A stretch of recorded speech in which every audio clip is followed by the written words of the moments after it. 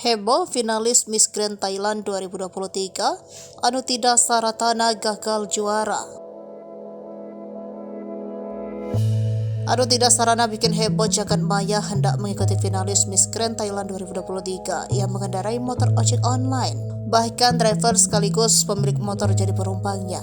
Aksi Anutida tersebut jadi viral di media sosial. Dalam video beredar di TikTok, perempuan yang akrab disapa Nineu itu tampak mengendarai sepeda motor berwarna merah menaiki tanjakan lobi hotel. Setibanya di depan lobi hotel, ia mengambil tas berwarna hitam yang digantungnya di ujung stang sepeda motor. Ia kemudian terlihat mengambil sejumlah uang untuk diberikan kepada pemilik sepeda motor sebagai ongkosnya. Di Facebook, gambar tersebut sudah dibagikan dan disukai lebih dari 3.000 pengguna.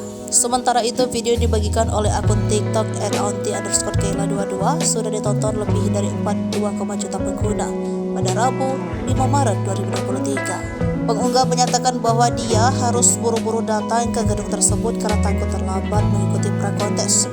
Nineu pilih naik ojek lantaran ia terburu-buru mengikuti kegiatan prakontes dan tidak mau terlambat di hari pertama.